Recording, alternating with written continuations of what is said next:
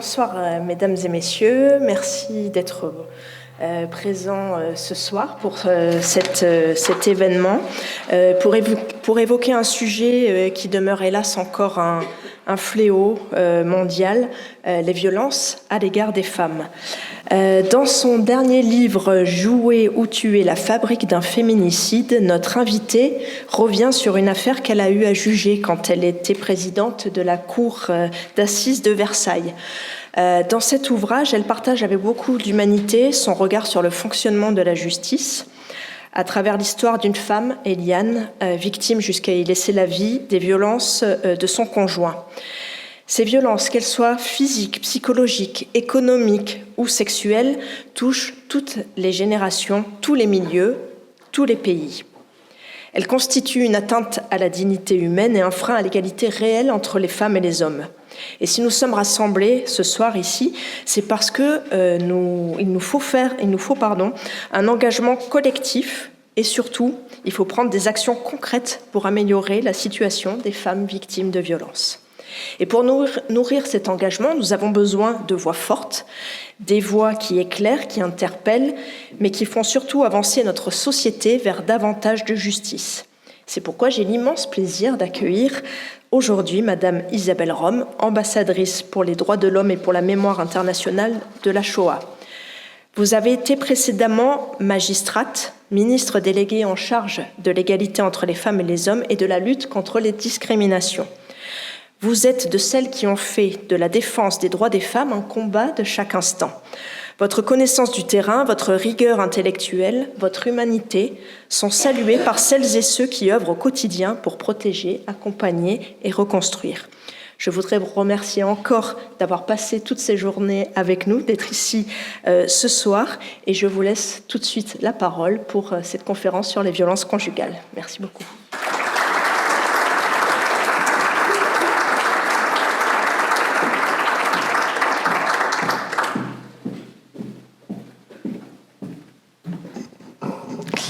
Bonsoir à toutes et à tous. Merci à la principauté de m'accueillir aujourd'hui. Merci à vous, chère Céline Cotalorda, d'avoir pris l'initiative de cette journée et de cette conférence. Alors voilà, je vais vous parler pendant un petit moment de mon engagement, mais aussi de tout ce que j'ai pu constater tout au long de ma carrière, et puis aussi où nous en sommes en France du traitement de ces violences faites aux femmes, ce qui a avancé et ce qui reste encore à faire, et surtout en disant qu'il ne faut jamais abandonner, jamais renoncer et toujours, se battre, parce que je considère que c'est vraiment un combat. Alors peut-être vous dire, donc effectivement, moi j'ai de longues années de magistrature, j'ose même pas dire le nombre d'années au cours desquelles j'ai été magistrate, c'est plus de 30 années, où j'ai occupé vraiment toutes les fonctions de juge au pénal, de juge d'instruction, présidente de correctionnelle, juge d'application des peines. Ce fut mon premier poste à Lyon. Et puis j'ai été en chambre d'instruction à la cour d'appel, et puis j'ai été présidente de cour d'assises. Et c'est vraiment au cours de mon expérience de magistrate que j'ai acquis justement cette certitude qu'il fallait vraiment s'engager contre les violences faites aux femmes. Et c'est vraiment quand j'ai été présidente de cour d'assises que je m'en suis rendu compte. Quand on est présidente de cour d'assises, à peu près 70% des affaires jugées concernent des viols et aussi quelques féminicides. Et donc forcément, on voit vraiment ce que sont ces violences faites aux femmes. Comme juge d'instruction, j'avais eu aussi à instruire des dossiers de viol, d'agression sexuelle, d'inceste. Et c'est vraiment pour toutes ces femmes que j'ai croisées, entendues, tout au long de ces années, dans mes bureaux de juge, dans les prétoires de correctionnels, dans les prétoires de cour d'assises, que je mène encore ce combat de manière différente aujourd'hui, mais je le mène toujours. Et puis aussi, et pour moi c'est important de le rappeler, pour toutes celles que je n'ai pas vues, parce que c'était trop tard, et dont je n'ai vu les visages que sur des photos, que m'apportaient leurs familles dans les cours d'assises, quand je jugeais leur assassin. Et tous ces visages souriants, parce qu'en général, les familles, elles s'apportent toujours une photo où la jeune fille, où la femme sourit, est en pleine vie.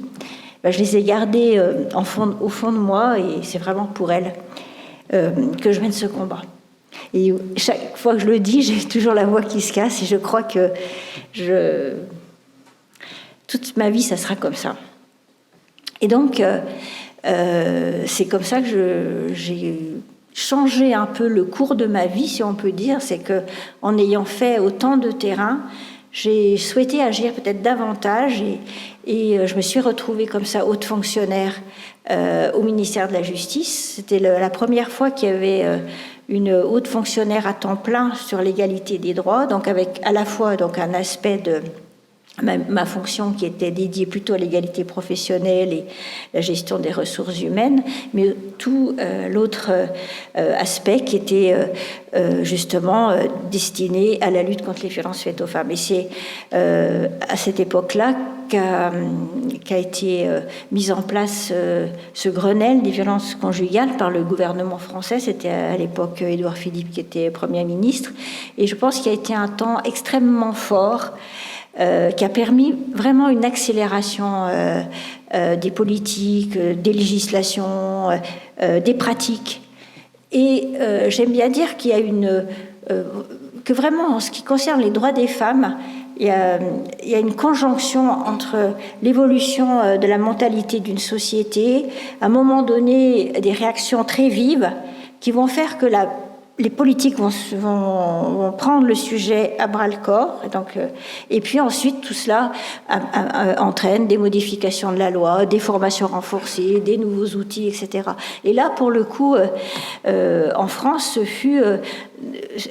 moi, je l'ai vécu de l'intérieur, et on peut dire que vraiment, la mobilisation autour des violences conjugales, et notamment... si vous vous souvenez de cette femme, Madame Sauvage, qui avait été condamnée après avoir tué son mari, mais après avoir été victime elle-même pendant des années de violences conjugales, avait beaucoup ému la société française. Et notamment, il y avait eu des tribunes. Je me souviens, Muriel Robin, par exemple, qui avait signé une tribune dans le JDD à l'époque. Et cela, ça a beaucoup interpellé les politiques. Donc, moi, à l'époque, j'étais au ministère de la Justice auprès de Nicole Belloubet. Et on s'est dit, il faut faire quelque chose. Enfin, il y a souvent, les politiques ont tendance à dire, mais on fait déjà tout et on fait tout bien. Mais là, je pense qu'il y avait une sérieuse interpellation. Et c'est dans ces conditions que le Grenelle a été mis en place. Et donc, ce Grenelle, il a duré à peu près 3-4 mois. Et c'était vraiment un travail très intensif avec l'ensemble des ministères.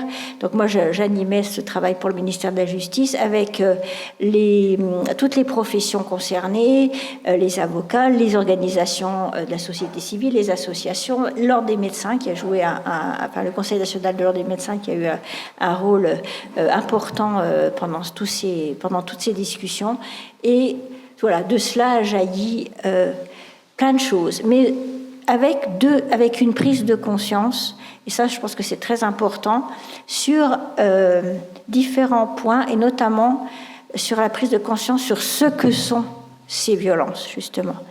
Et il fallait, je pense, ce moment-là pour que cette prise de conscience s'opère. Elle était sous-jacente au sein de la société, mais là, je pense qu'elle a pu être exprimée, verbalisée, et puis ensuite transformée, justement, dans les textes. Et je pense que, justement, ce phénomène de violence, il n'était pas tellement compris, ce phénomène de violence conjugale. Je pense que quand on est magistrat, quand on est policier, quand on est gendarme, quand on est travailleur social, toute personne qui est en contact avec des des victimes de violences conjugales a pu à un moment donné constater les mêmes choses. C'est-à-dire qu'une victime, déjà, elle va mettre du temps à se rendre compte du caractère anormal de ce qu'elle vit. Elle va se dire qu'elle a peut-être mal agi, que c'est peut-être pas si grave, mais que de toute façon, il l'aime quand même. Et donc déjà, c'est long. Et quand elle va commencer à révéler les faits, et je parle de révéler, mais le chemin vers la plainte, il est encore parfois très long, eh bien, plein de choses vont lui traverser l'esprit, parce que justement, elle aura été victime pendant des mois et des années d'une domination, d'une oppression qui vont faire qu'elle est déjà anéantie et détruite. Et donc, on voyait justement que ces femmes, elles déposaient plainte, mais que quelques jours après, elles retiraient leur plainte. Parfois, on dit qu'il faut 7 allers-retours pour s'extraire d'une relation comme ça, mortifère. Et donc, on ne comprenait pas. Et donc, on disait, mais elles sont ambivalentes. Ce terme d'ambivalente, il ne faut plus jamais l'employer. Mais j'espère qu'il n'est plus employé. Mais c'était vraiment ce qu'on disait. Elles sont ambivalentes, elles ne savent pas ce qu'elles veulent. De toute façon, elles sont tellement amoureuses de lui qu'elles ne pourront jamais le quitter.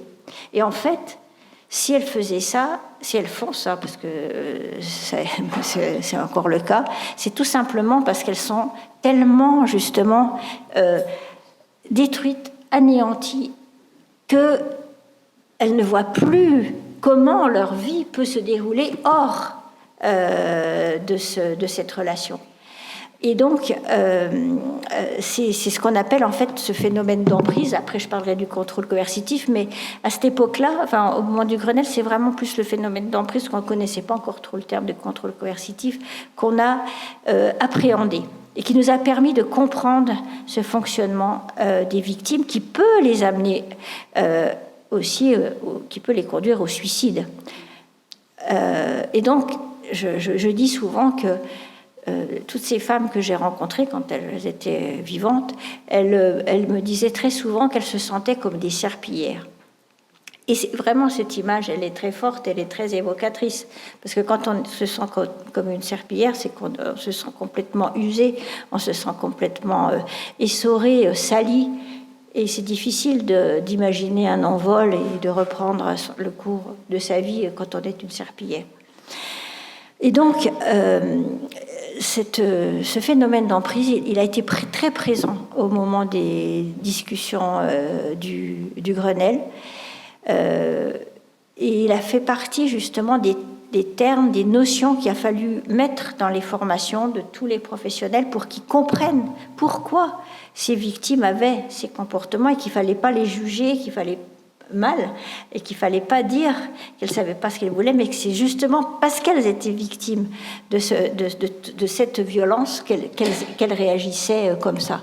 Et donc, c'est comme ça qu'on a changé, par exemple, notre code pénal sur le secret médical et qu'on a permis donc aux médecins et aux soignants de révéler des faits de violence à l'insu, enfin, en leur disant quand même, voilà. Mais même sans l'accord des victimes, lorsqu'ils estiment en conscience qu'elles sont en état de danger immédiat et dans une situation de contrainte justement due à cette emprise, qui fait qu'elles ne sont plus capables elles-mêmes de dénoncer les faits. Ça a été de longs débats, parce que forcément on touchait au secret médical, ce qui est quand même quelque chose d'assez fondamental. Mais finalement, avec de longues discussions avec le Conseil national de l'Ordre des médecins, il n'y a pas eu de veto du Conseil national de l'Ordre des médecins. On a pu faire passer cette modification législative, justement, pour ne pas les laisser en danger. Moi, j'avais vu des dossiers aux assises où j'avais pu juger des féminicides où il y avait eu 10 passages à l'hôpital, sans signalement. Voilà. Donc, il ne s'agit pas de jeter la pierre sur qui que ce soit. La loi, elle était comme ça. Mais bon, voilà. Donc, cette modification, elle implique justement un repérage, un signalement plus précoce pour mieux protéger et pour éviter le pire.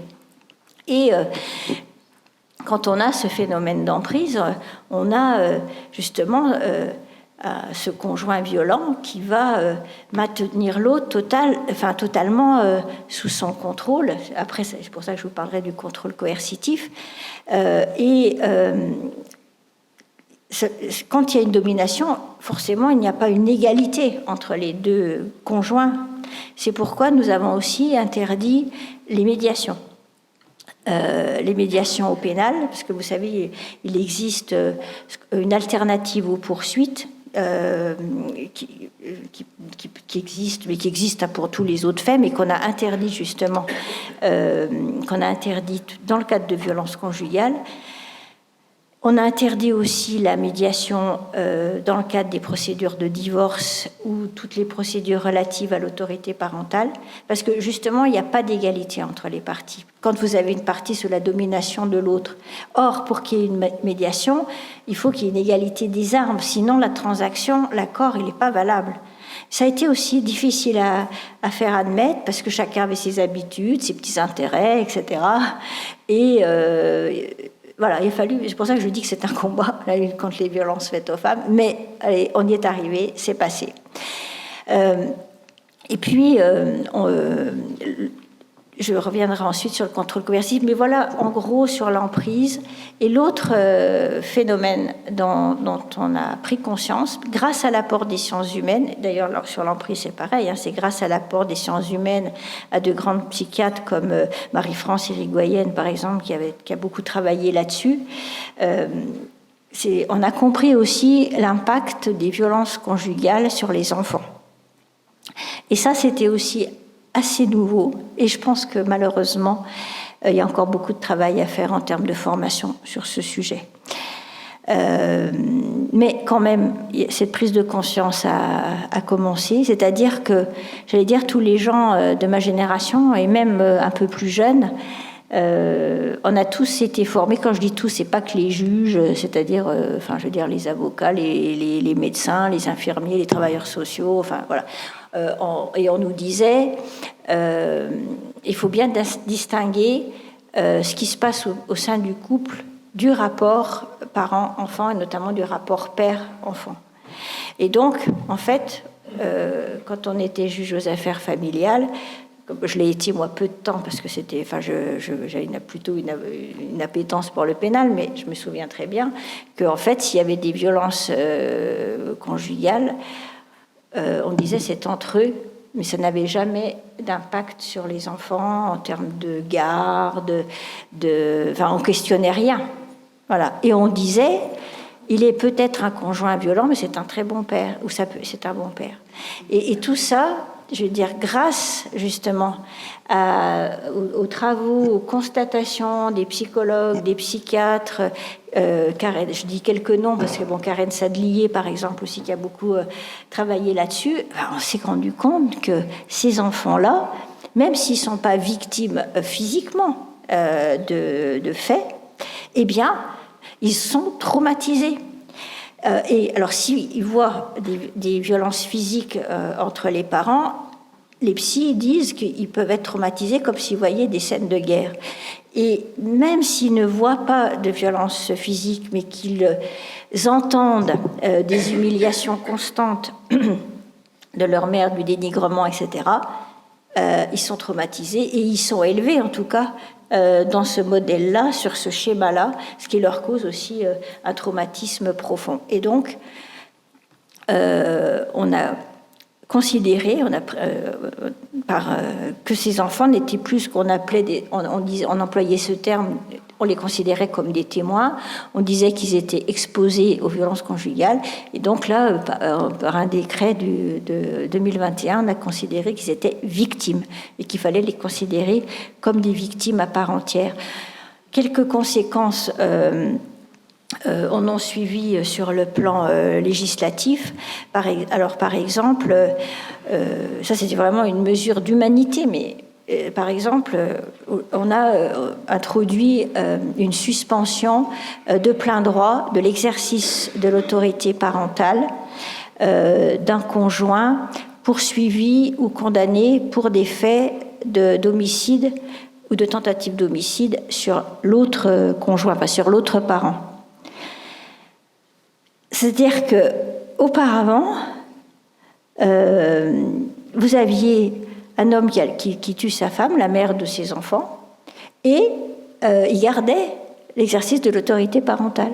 Et donc moi, j'ai entendu beaucoup de familles de victimes, justement au moment du Grenelle.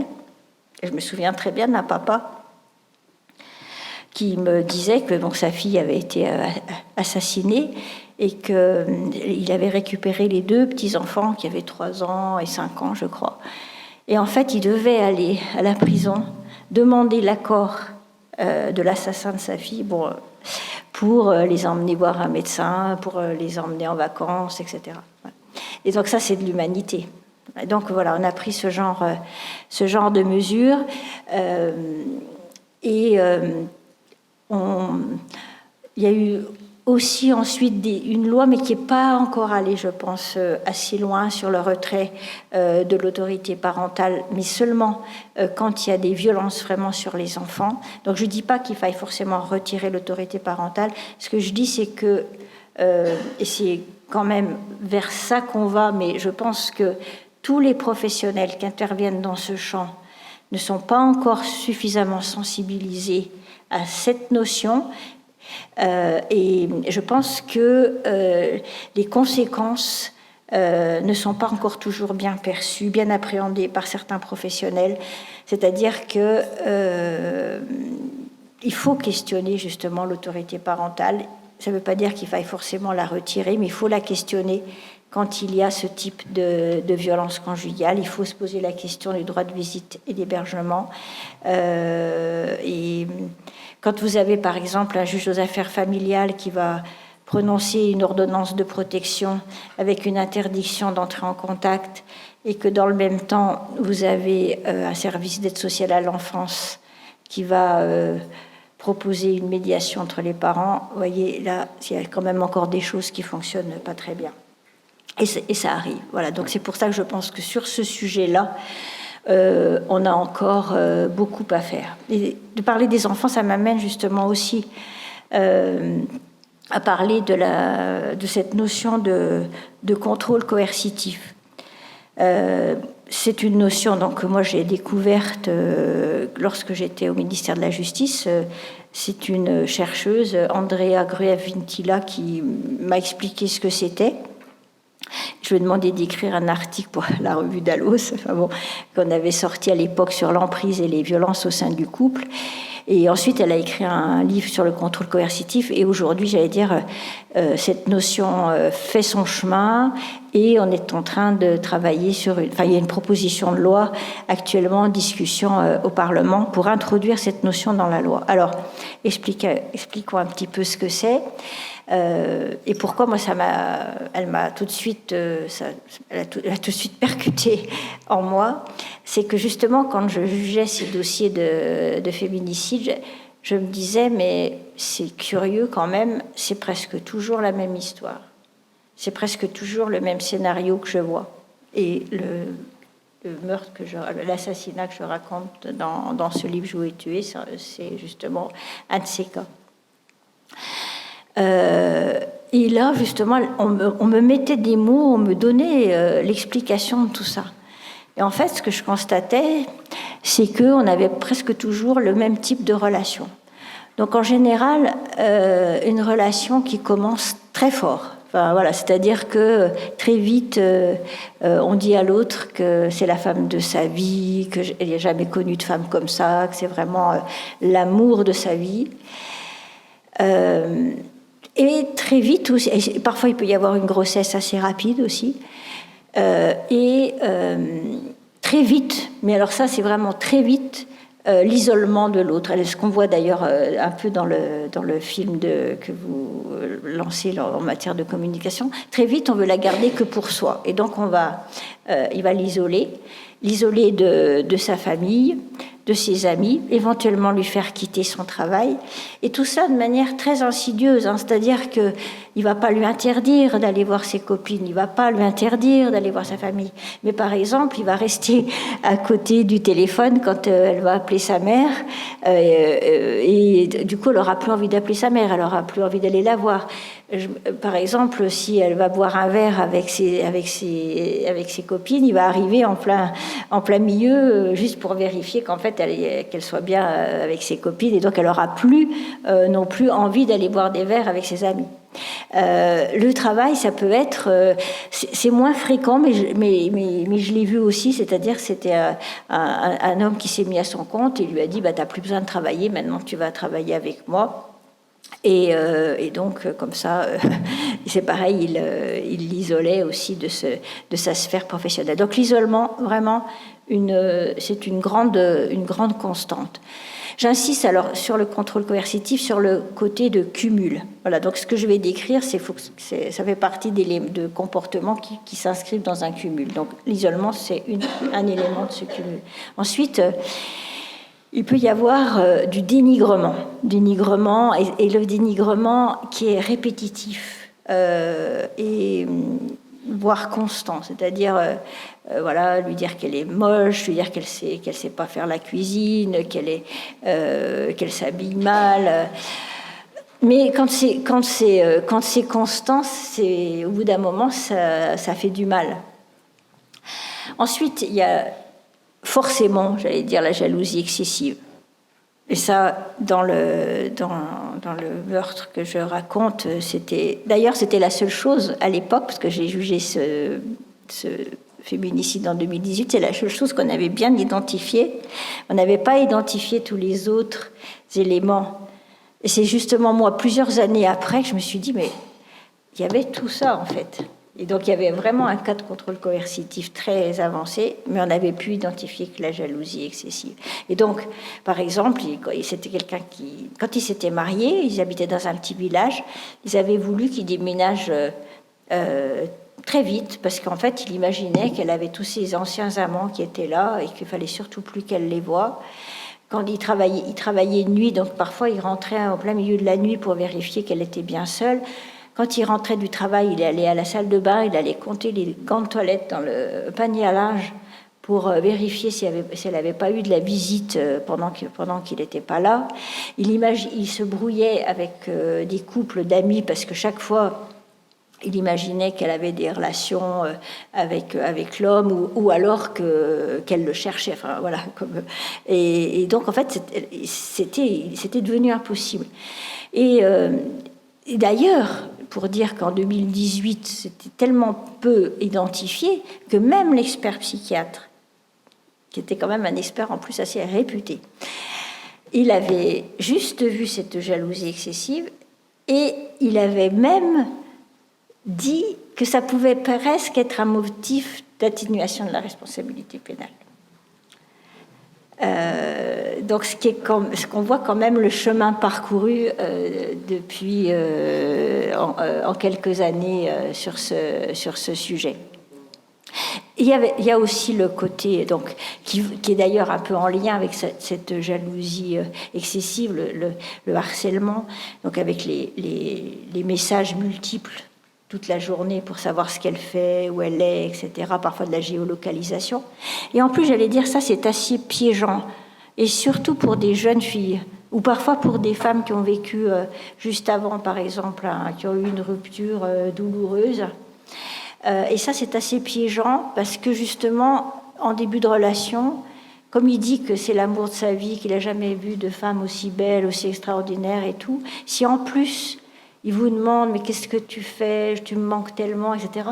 Ça peut être très piégeant parce que, voilà, on peut se dire, ben, voilà, enfin un qui m'aime et un qui s'intéresse à moi et qui veut savoir ce que je fais, etc. Et donc ça, c'est, voilà, ça peut être aussi un peu un piège.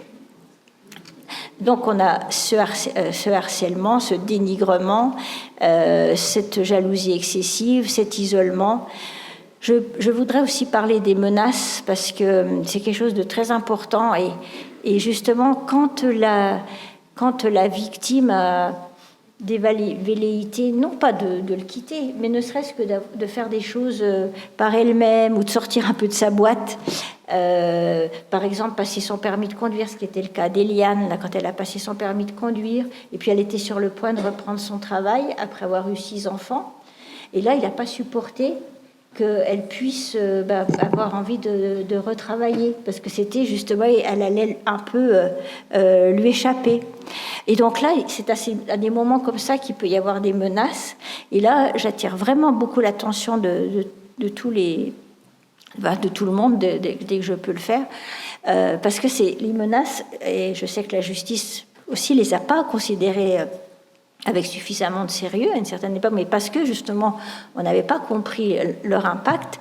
Quand elles sont détaillées, elles sont extrêmement dangereuses. C'est-à-dire que si on dit à quelqu'un je vais te tuer, c'est mal.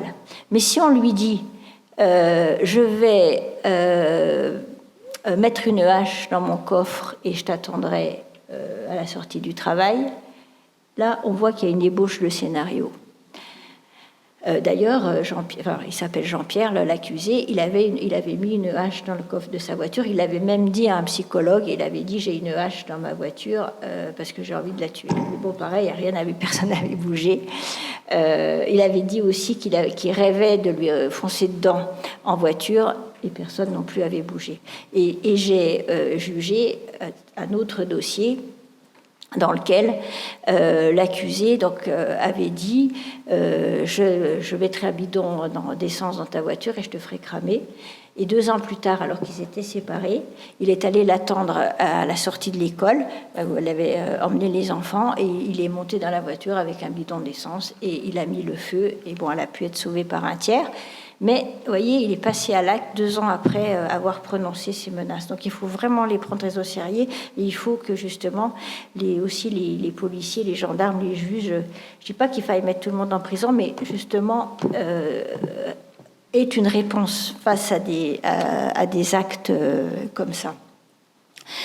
Et je parlerai aussi dans cet enfermement, parce qu'en fait, on voit bien que c'est un enfermement, de tout ce qui concerne la dépendance économique. Alors, c'est particulièrement exacerbé quand la femme n'a pas de ressources propres ou d'activité. Donc là, c'est difficile. Et même quand elle a des ressources propres, c'est par exemple l'obliger à verser le salaire sur un compte joint pour contrôler toutes les dépenses, voire sur son compte à lui. Enfin bon, maintenant on a empêché ça. Mais enfin, de contrôler toutes ses dépenses. Parfois, moi j'ai vu aussi lui enlever toute possibilité d'avoir une carte bleue. Et donc en fait, c'est la placer dans une dépendance totale, y compris sur le plan économique. Alors quand la victime n'a pas de ressources propres, c'est compliqué. Et donc c'est pour ça que lorsque j'ai été ministre, j'ai mis en place un dispositif donc, qui est en cours d'expérimentation dans 12 départements français, puis qui va être généralisé, je pense, dans 1 an à peu près. Ça s'appelle un pacte nouveau départ. C'est-à-dire que c'est un dispositif qui peut être actionné par une personne lorsqu'elle commence justement à révéler des faits de violence, mais qu'elle n'est pas encore forcément prête à déposer plainte, parce qu'on sait que parfois il faut du temps avant que la victime aille faire cette démarche devant des policiers ou des gendarmes, même si elle commence à parler à une assistante sociale, à un avocat, etc.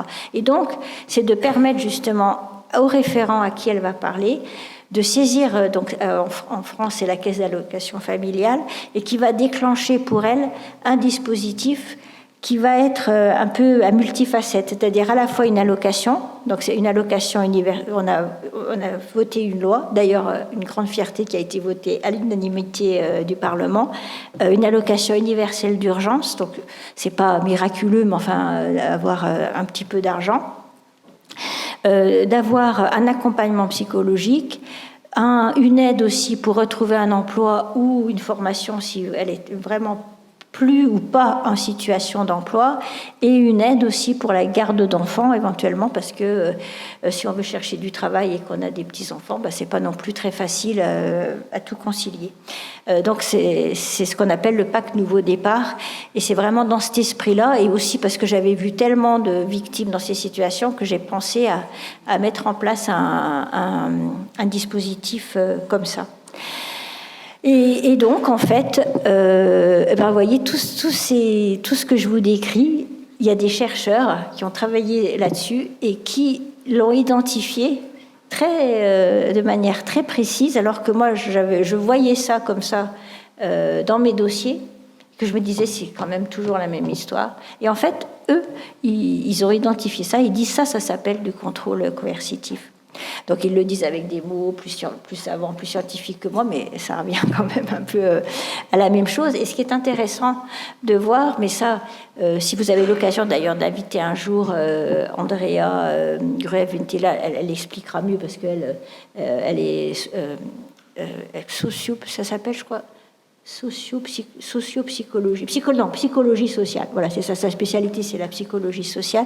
Ça a été, ils ont identifié, enfin, ce sont des Anglais, Evan Stark, qui a été un peu le premier à parler de ce concept, et c'est un mécanisme qu'ils ont pu identifier auprès de personnes qui étaient des prisonniers politiques. En Russie, etc., ce phénomène justement de contrôle coercitif qui était fait comme ça sur des personnes prisonnières pour les enfermer complètement pour les enfermer quoi en fait et les dévaloriser, et les dénigrer. Et en fait, à travers cette notion, on voit aussi qu'elle peut, on l'évoquait tout à l'heure, c'est une notion qui peut se développer aussi même un peu en dehors du couple, dans certaines relations, et notamment des relations quand il y a un lien soit de subordination, soit d'admiration. Enfin, je ne sais pas si vous avez lu Stefan Zweig, La confusion des sentiments, mais lui, il fait ça de manière littéraire. Mais malheureusement, c'est pas toujours littéraire. Et par exemple, c'est ce type de relation qu'on peut retrouver, par exemple, chez des entraîneurs sportifs. J'ai des entraîneurs sportifs avec des jeunes filles de 16 ans, tout ça, qui vont prendre complètement la vie de ces jeunes en main et les placer totalement sous leur contrôle. Et après, d'ailleurs, en général, il y a dans ce cadre-là, il y a des violences sexuelles. Voilà. Et que les parents ne voient pas parce qu'ils font totalement confiance à cet entraîneur qui est tellement gentil, tout ça, puis qui s'occupe tellement bien de leur fille. Là aussi, il y a une joueuse de tennis qui s'appelle Angélique Cauchy, là, qui a écrit aussi un livre là-dessus, qui décrit très bien justement ce dont elle a été victime. Et j'allais dire, on voit cette démarche un peu de contrôle coercitif qui conduit à des violences sexuelle, mais parce qu'il y a un lien comme ça qui n'est pas vraiment de subordination, mais de domination. Voilà. Et on peut retrouver ça, par exemple, entre un directeur de thèse et son étudiante. On peut retrouver ça. Enfin, vous voyez, on peut retrouver ça dans le domaine de l'art. Enfin, parce que, en fait, il y a un sentiment au départ, mais l'autre, j'allais dire, il va pervertir ce sentiment pour enfermer l'autre et le posséder totalement. Et c'est en général quand l'autre veut échapper un peu au contrôle même de manière inconsciente, c'est-à-dire sans dire je veux lui échapper, mais simplement qu'elle veut un peu vivre, qu'à ce moment-là, la violence physique peut arriver, et même parfois le pire. Et moi, j'ai jugé des féminicides qui n'avaient jamais été précédés de violence physique, mais de mois ou d'années, justement, de ce contrôle coercitif. C'est pourquoi il est si important de pouvoir l'identifier, le comprendre, pour protéger la victime.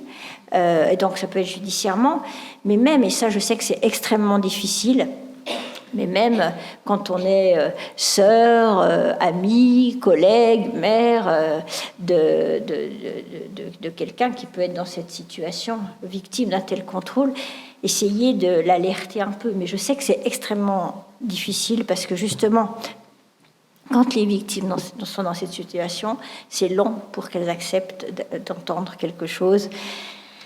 Voilà. Et donc, mais il ne faut pas hésiter à leur donner des numéros de téléphone, de dire tu devrais peut-être aller voir une association, tu pourrais peut-être téléphoner. Je pense que ce que tu vis, c'est quand même pas tout à fait normal, voilà.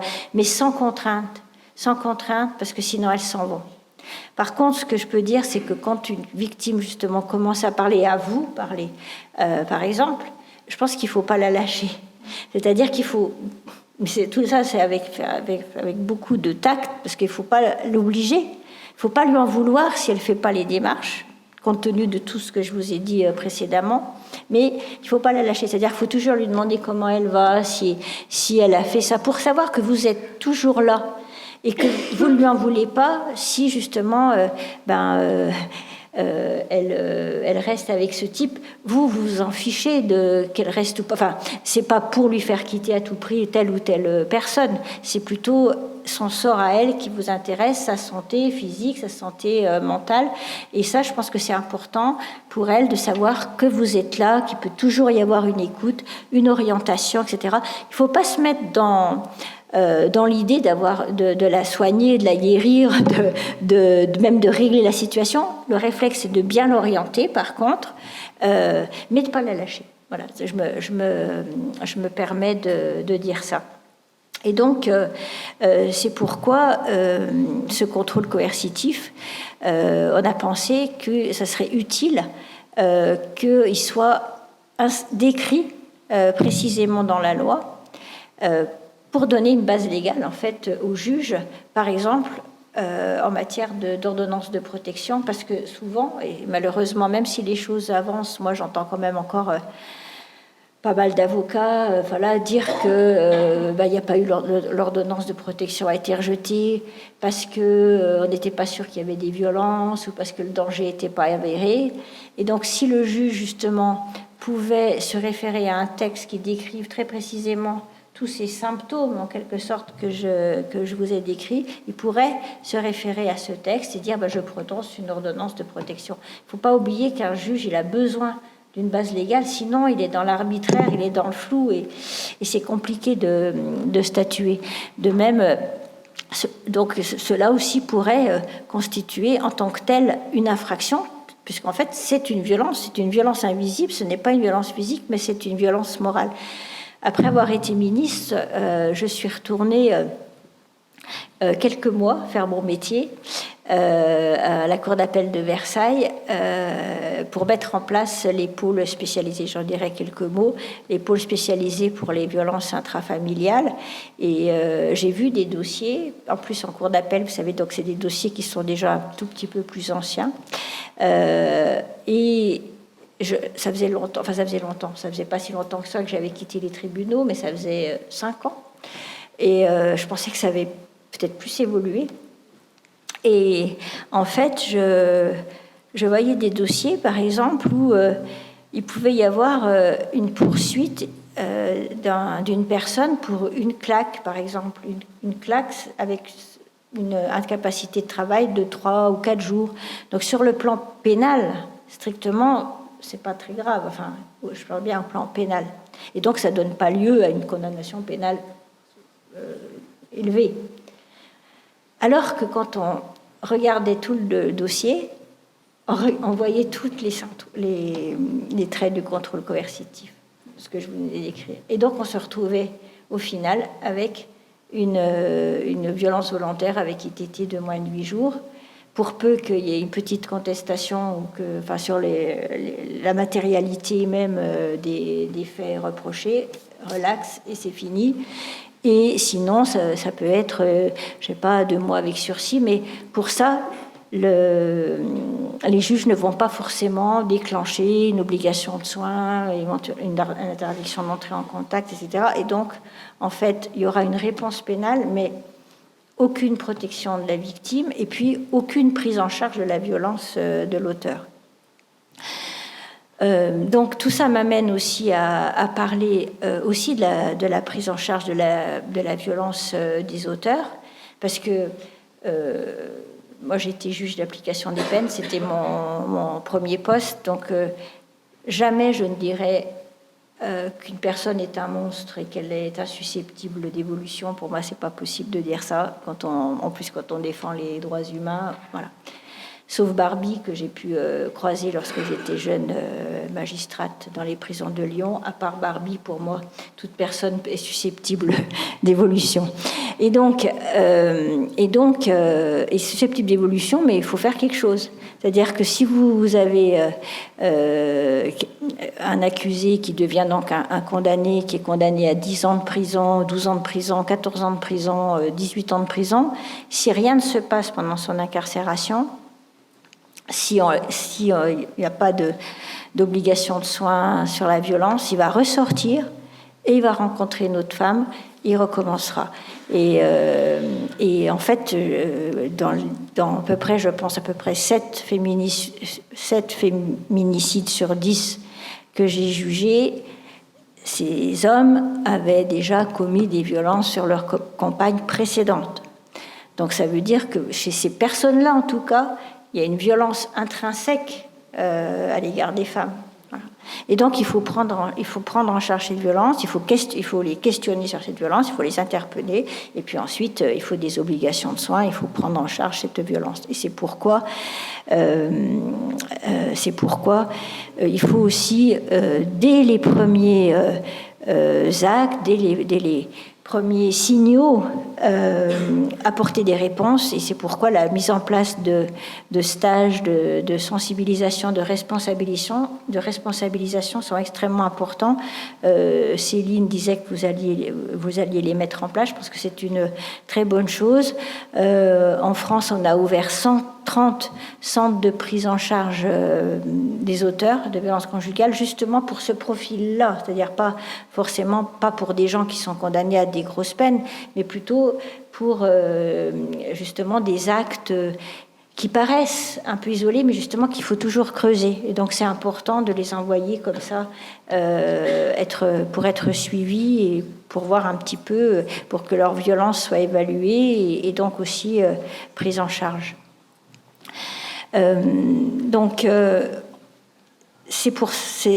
On voit juste aussi pour dire par rapport aux auteurs, on a aussi évolué, c'est-à-dire que maintenant, lorsqu'un condamné est condamné à de la prison, eh bien, on demande au service pénitentiaire de prévenir non pas la victime en direct, mais une association d'aide aux victimes de la probable sortie proche du détenu, pour que justement l'association commence un peu à préparer la victime, la voit par exemple s'il faut lui donner un téléphone grave danger, ou comme ça. Voilà. Et donc ça, c'est aussi une avancée. Auparavant, par exemple,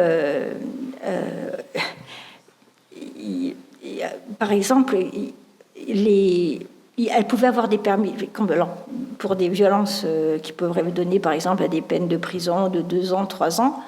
Eh bien, personne ne se posait la question. Les victimes, elles redemandaient des permis de visite après pour aller les voir. Parce que comme elles étaient encore dans ce schéma d'emprise, etc., une fois que le type était parti en prison, elles étaient hyper culpabilisées. Elle se disait, mais je l'ai envoyé en prison, c'est moi qui l'ai envoyé en prison, je l'ai privé de ses enfants, etc. Et donc, elle redemandait des permis de visite. Ou, si ce n'est que parfois aussi, elle subissait des pressions directes. Mais même sans pression directe, parfois...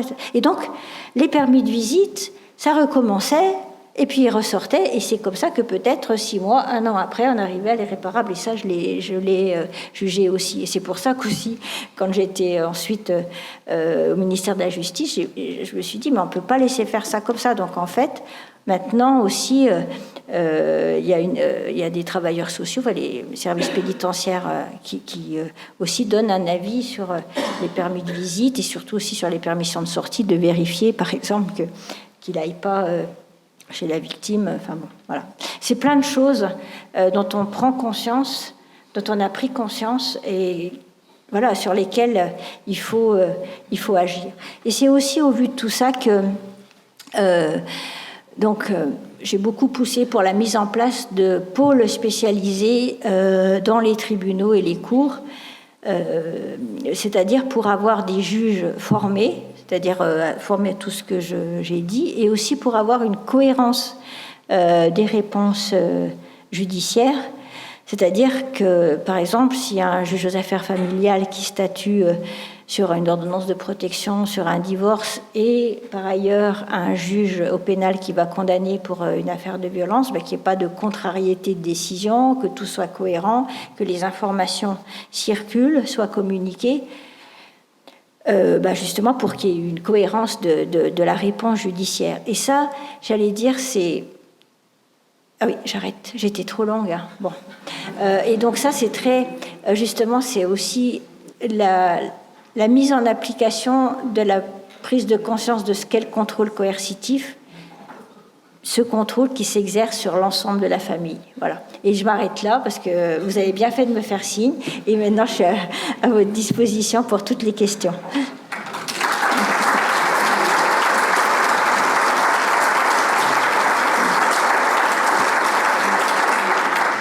Merci beaucoup pour votre intervention. Donc effectivement, c'était pour permettre au public de poser quelques questions. Vous avez tout à fait raison. Je pensais que c'était un peu moins tard. Donc, est-ce que vous avez des questions pour Madame Rome, qui est à votre disposition? Madame. Merci beaucoup, c'était extrêmement intéressant et c'est vrai que vos multiples casquettes sont très éclairantes. Je comprends que vous aviez lancé de nombreuses réformes et notamment qui permettent de grands progrès d'un point de vue pratique, puisque vous aviez le côté pratique de... Est-ce que en France actuellement, c'est un sujet qui va être poursuivi, par exemple, ou est-ce que malheureusement c'est un sujet politique qui peut subir des revirements? Alors, il est suivi d'ailleurs parce qu'il y a un plan, d'ailleurs que j'ai lancé en 2023, qui s'appelle Toutes et tous égaux, donc avec 160 mesures, dont un certain nombre qui concernent les violences. Donc ce plan, il se met en œuvre. Je vous ai parlé du pacte Nouveau Départ, les pôles spécialisés, etc. Donc il y a cette mise en œuvre, un suivi. Je pense qu'au niveau des ministres, notamment la ministre actuelle, Aurore Bergé, je pense qu'elle est vraiment dans ce même état d'esprit. Pour autant, il ne faut pas lâcher, hein. Voilà, il ne faut pas lâcher, c'est-à-dire qu'il faut que les ministres continuent à s'en emparer, mais je pense aussi que c'est important que la société civile, que les associations, elles continuent à faire entendre leur voix. Voilà, donc ça, je pense qu'il faut maintenir toujours une pression, parce que justement, et on a pu l'aborder à d'autres moments de la journée, parce que vous voyez bien que un peu dans le monde entier, il y a quand même... une remise en cause un peu par rapport à ces droits des femmes, ce qu'on appelle aussi le backlash, des mouvements justement anti-droits, etc. Et donc en fait, il faut qu'on résiste par rapport à ça, mais pour que les politiques résistent, pour que les juges continuent à bien se concentrer, etc. Et bon, je dis ça parce que à la fois j'étais juge, j'ai été politique, donc bon, c'est important qu'il y ait toujours aussi la pression de la société, justement, pour qu'ils ne lâchent rien. Voilà. Donc, je dirais, pour l'instant, il n'y a pas de risque. Je veux dire, on n'est pas dans une situation de régression en France, il n'y a pas de risque immédiat, mais je pense que, au vu de ce qui se passe dans le monde, il faut quand même être vigilant parce que l'espace, il peut se rapprocher. Hein. Je veux dire, l'espace de danger, il peut approcher. Voilà.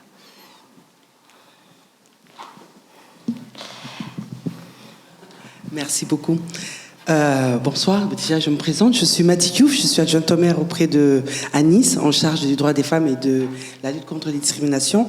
Donc merci déjà à Céline pour cette très très belle initiative, merci aussi pour l'invitation. Moi j'aurais juste une question, au-delà de tous les éclairages que vous venez de nous porter, qu'est-ce qui justifie encore, qu'est-ce qui explique qu'on est encore en 2025 et qu'on ait encore tous ces freins-là?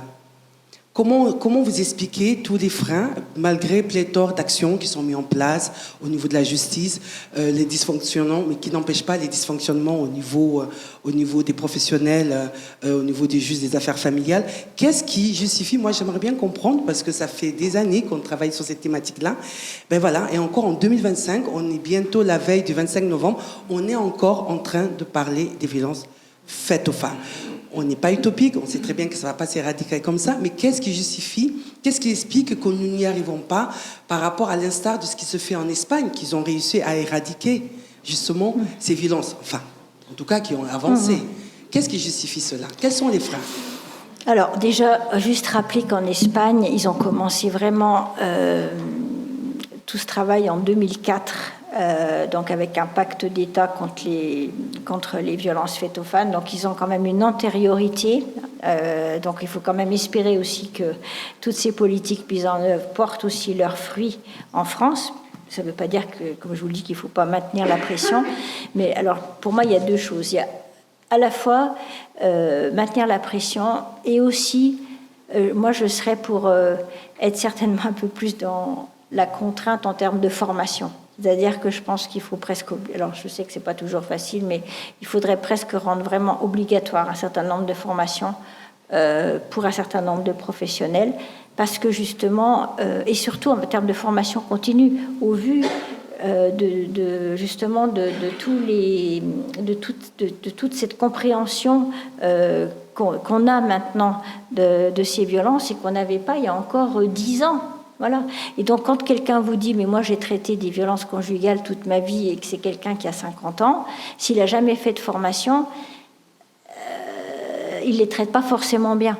Et ça, c'est très difficile à faire comprendre. C'est pourquoi je pense qu'en termes de formation initiale, maintenant, il y a de plus en plus d'efforts dans les écoles de police, dans les écoles de magistrature, même en fac de médecine, ils essayent de mettre des modules là-dessus. Bon, j'allais dire, sur les formations initiales, c'est en train d'infuser. Mais sur la formation continue, c'est pas si évident. Donc je pense que là, il faut vraiment continuer. Et puis après, l'autre chose, c'est que là, j'ai parlé beaucoup de la justice parce que c'est le domaine que je connais bien et sur lequel j'ai agi. Mais ce qu'il faut bien se dire, c'est qu'on aura beau protéger mieux les victimes, faire davantage de prévention de la récidive, etc., mettre des téléphones grave danger, etc., il faudrait quand même aussi qu'il y ait moins de passages à l'acte initiaux. Et donc pour ça, c'est aussi un plus gros travail de prévention et d'éducation. Je pense que la clé, c'est quand même aussi l'éducation. Alors c'est sur différents niveaux et aussi dans toutes les strates de la société, c'est-à-dire c'est à l'école, c'est dans la famille, c'est dans les médias, c'est des campagnes de communication qui peuvent être faites. C'est, je pense, de sensibiliser au respect de l'autre, au consentement. C'était aussi pour moi un grand cheval de bataille d'introduire cette notion de non-consentement dans la définition du viol, ce qui vient d'être fait dans la loi. Je ne veux pas revenir sur le plan juridique de l'intérêt de cette modification, mais sur le plan pédagogique, c'est très important justement, parce que le fait d'introduire le terme de consentement dans la loi, ça montre que la société trouve que ce terme est important. Et donc, cela signifie aussi qu'on peut parler du consentement très tôt à des enfants, même à des petits-enfants. C'est-à-dire que avant de faire un bisou à l'autre, il faut être sûr qu'il est d'accord. Voilà. Si on lui fait une petite caresse, même si c'est gentil, même si on l'aime bien, même si l'autre vous aime bien, on doit quand même vérifier qu'il est d'accord. Donc, à plus forte raison, après, bien sûr, d'une relation sexuelle. Mais je pense que tout ça, ça fait partie de l'éducation. Voilà. Et donc, moi, je pense que notamment, toute cette éducation autour de la notion de consentement, elle est importante. Et puis aussi, bien sûr, l'éducation à la vie sexuelle et affective, donc ce qu'on est en train de mettre en place là depuis septembre dernier, vraiment dans les écoles, après avec un programme proposé donc par le Conseil supérieur des programmes de l'éducation nationale. Mais ça va au-delà de ça, c'est aussi lutter contre un certain nombre de stéréotypes, de modèles qui continuent quand même à faire dire, à imposer, parce qu'en fait, quand on a comme ça ces stéréotypes, on ne se rend pas compte qu'on enferme les filles comme les garçons, c'est-à-dire qu'on impose aux garçons d'avoir un modèle un peu de force, de virilité, etc., alors qu'ils n'ont pas forcément tous envie de ressembler à ça. Et on impose aussi un peu aux filles, sans le vouloir, mais par notre culture, etc., de s'inscrire un peu dans un modèle de plus de soumission. Et donc, tout ça étant effectivement après un terreau propice au développement aussi de la violence. Donc, en fait, on voit bien qu'il faut agir sur beaucoup de choses. Je dirais aussi la lutte contre le sexisme, ça j'en ai pas parlé. Pour moi c'est très très important aussi. Lutte contre le sexisme dans les entreprises, dans les administrations, enfin partout. Parce que le sexisme c'est vraiment l'antichambre de la violence. C'est-à-dire que les propos sexistes, les attitudes sexistes, ça c'est de la violence en herbe. Et c'est aussi très destructeur quand vous avez des jeunes femmes qui viennent au boulot et que tous les matins on leur fait une remarque sur leur tenue, qu'on leur demande ce qu'elles ont fait pendant la nuit, au bout d'un moment, elles viennent au travail, la boule au ventre, et ça peut aussi être très destructeur. Donc, pour moi, il y a 2 mots clés aussi en matière de lutte contre le sexisme, c'est l'exemplarité des chefs. Voilà, si les chefs commencent à déraper, c'est toutes les équipes qui se sentent autorisées à déraper. Et deuxièmement, c'est ne rien laisser passer. C'est pareil, je dis pas qu'il faut mettre tout le monde en prison, mais on laisse pas passer la blague soi-disant rigolote, mais qui est en fait sexiste et dévalorisante pour la jeune fille, la femme, etc. On la laisse pas passer. Voilà, et on rigole pas. Voilà.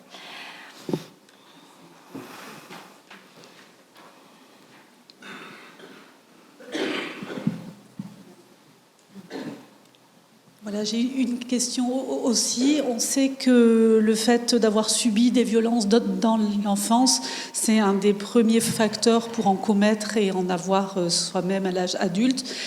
Il me semble, à mon petit niveau, qu'on est loin du compte au niveau des enfants et qu'on commence à dépister les femmes. Mais malheureusement, il me semble que chez les enfants, que ce soit à l'école, à l'hôpital, on a tendance encore à considérer que c'est la sphère de l'intime et on n'interroge pas assez. Et il me semble que le terreau du problème, c'est vraiment chez l'enfant. Et voilà, c'est ma réflexion. Non, mais je pense que vous avez raison, et je pense que pour moi, un des grands chantiers maintenant, enfin, je pense qu'on avance, il y a des avancées quand même en matière de compréhension des violences faites aux femmes, de lutte contre ces violences, etc.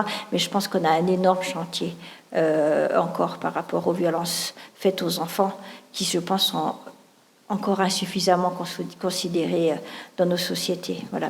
Je ne veux pas développer davantage parce qu'on n'a pas le temps, mais effectivement, pour moi, je pense que c'est un chantier. Ça devrait être, à mon avis, un des chantiers prioritaires d'un futur quinquennat.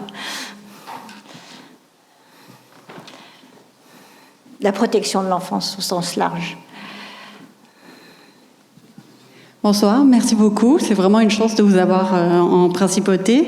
Donc moi, j'ai une question sur justement le financement. Vous disiez justement qu'il faut garder les moyens de pression. Même la société civile, les associations, elles ont vraiment un rôle à jouer.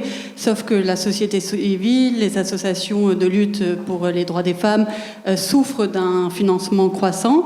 Ça touche pas que la société civile, même le secteur privé, on voit que ils ferment aussi leur département un peu pour les droits des femmes. Les organisations internationales aussi. Je travaille moi-même au siège d'ONU Femmes et on nous demande de garder haut les ambitions, mais on nous donne plus. Mais on a de moins en moins de financement. Donc, est-ce que vous avez certaines pistes de solutions de comment garder la pression, comment garder nos ambitions avec moins de ressources, moins de financement?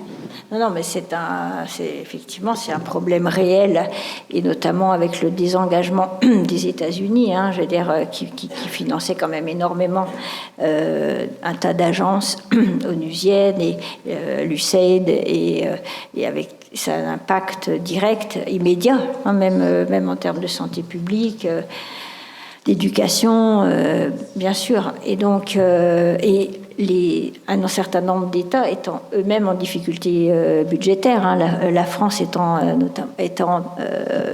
notamment dans une situation de contrainte budgétaire. Donc en fait, mais on n'est pas les seuls. Et donc en fait, on n'est pas dans un moment effectivement qui met des moyens, qui met beaucoup de moyens. Voilà. Et donc c'est pour ça que avec aussi un certain nombre de pressions qui ont été faites sur des grands groupes, justement par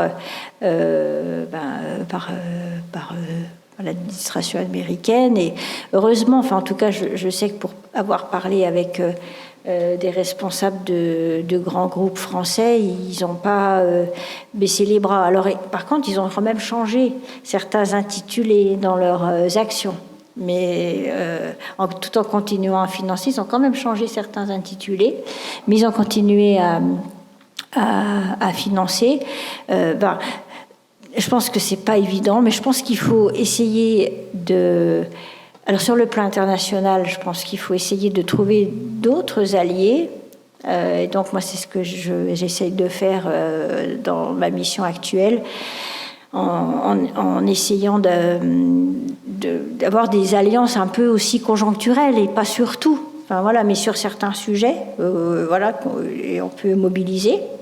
Et puis, je pense qu'il faut aussi faire appel peut-être mais je pense que les grandes fondations, elles vont être hyper sollicitées, hein, mais je pense que tout ce qui est philanthropique, etc., aujourd'hui, va avoir aussi une grande importance, va être beaucoup sollicité, et je pense qu'on devra, en tout cas pour un certain temps, on aura besoin de ces aides-là.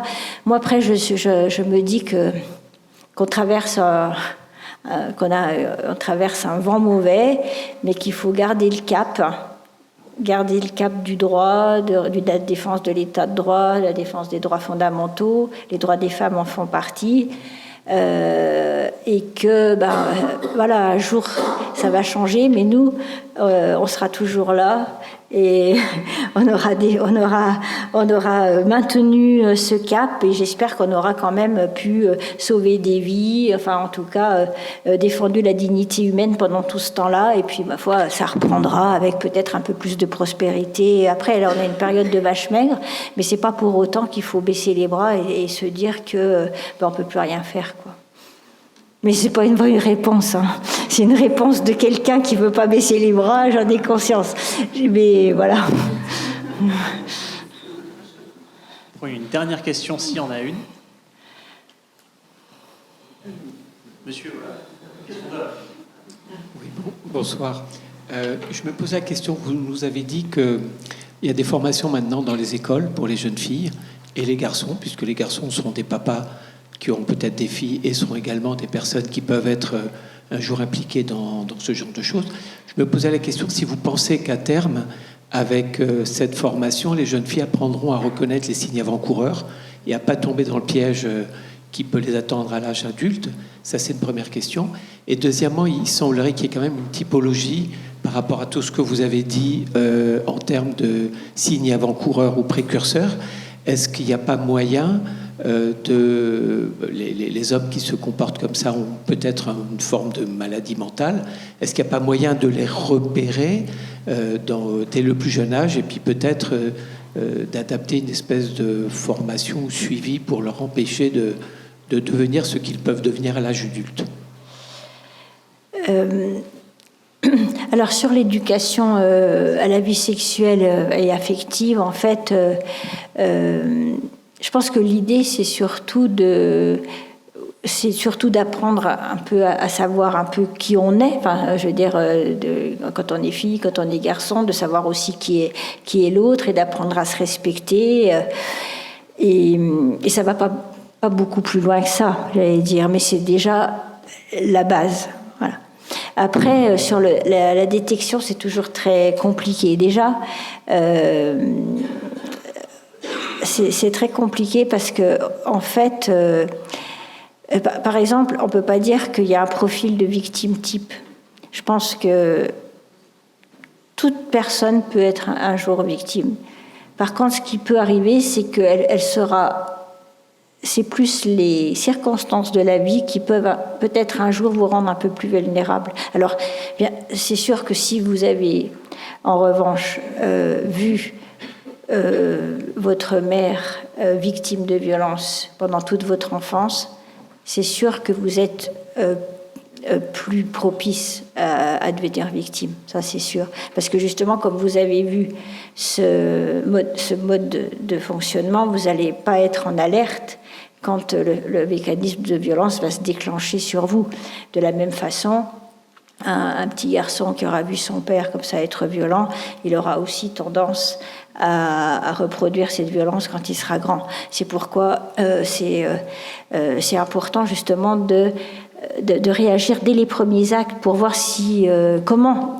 comment cette violence elle est incrustée et si elle vient par exemple de l'enfance, si elle est plus circonstancielle, si elle est conjoncturelle ou si elle est profondément ancrée. Mais ça, j'allais dire, je pense qu'on ne peut pas le détecter avant un passage à l'acte. Et cela dit, le passage à l'acte, c'est-à-dire du meurtre, etc., il arrive rarement comme ça tout de suite. C'est que justement, il y a eu des alertes avant. Donc, et c'est par contre ce qu'il faut bien comprendre, c'est toutes les alertes dans les comportements, dans les propos qui peuvent faire penser que ça peut être, que c'est quelqu'un qui peut être susceptible de commettre un meurtre. Mais je pense qu'on ne peut pas le détecter comme ça avant. Par contre, ce qui est sûr, c'est qu'il faut que ces enfants qui soient exposés justement aux violences au sein du couple, ils puissent être accompagnés psychologiquement, etc. Et donc ça veut dire aussi qu'il faut que ce soit détecté, que ces enfants ils soient accompagnés. Par exemple, on a mis en place aussi ce qu'on appelle alors ça c'est vraiment quand le pire est commis, mais un protocole féminicide, c'est-à-dire que quand il y a un féminicide, les enfants ils sont pris en charge à l'hôpital et il y a tout un accompagnement qui est fait et après un suivi aussi qui est fait de ces enfants pour éviter justement que ce traumatisme vécu n'impacte trop après leur vie future, quoi. Voilà. Mais c'est difficile de détecter. Après, il y a des situations de vulnérabilité à certains moments de la vie. Je disais tout à l'heure, après une rupture douloureuse, après le décès d'un proche. Voilà, il y a des moments dans la vie où on est plus vulnérable et à ce moment-là, c'est à ce moment-là que peut se passer qu'on peut aller un peu plus facilement vers accepter ce type de relation. Merci à toutes et à tous d'être venus. Merci à vous.